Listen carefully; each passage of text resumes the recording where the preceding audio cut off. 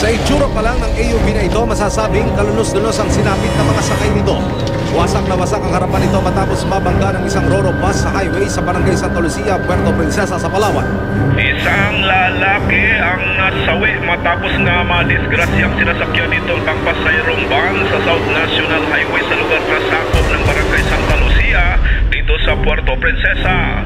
4 ang patay matapos na bumangga sa puno ang isang shuttle van sa Barangay Santa Lucia, Puerto Princesa City, Palawan